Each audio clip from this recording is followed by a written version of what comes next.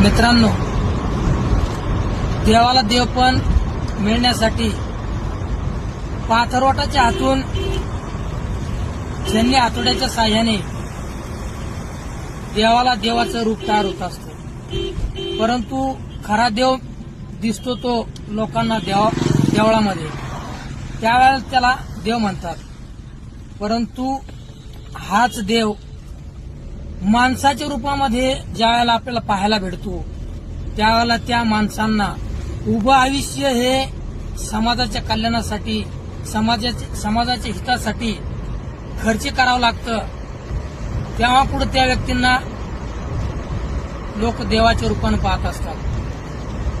Doctor Babasaheb Ambedkar असतील, छत्रपती शिवाजी महाराज असतील, या लोकांनी स्वतःच्या संसाराचा, स्वतःच्या जीवाचा विचार केला नाही, म्हणून आज लोक त्यांना देवाच्या रूपात पाहत असतात. जे महापुरुष होऊन गेले त्या महापुरुषांनी सगळ्यांच्या कल्याणासाठी आपलं उभं आयुष्य खर्च केलं, म्हणून त्यांच्यामध्ये आज आपल्याला देव दिसतो. परंतु तो देव त्यांच्यासाठी सहज सोपा नाही. त्यांनी उभं आयुष्य हे समाजाच्या कल्याणासाठी खर्च केलं होतं, म्हणून आज आपल्याला त्यांच्यामध्ये देव दिसतो.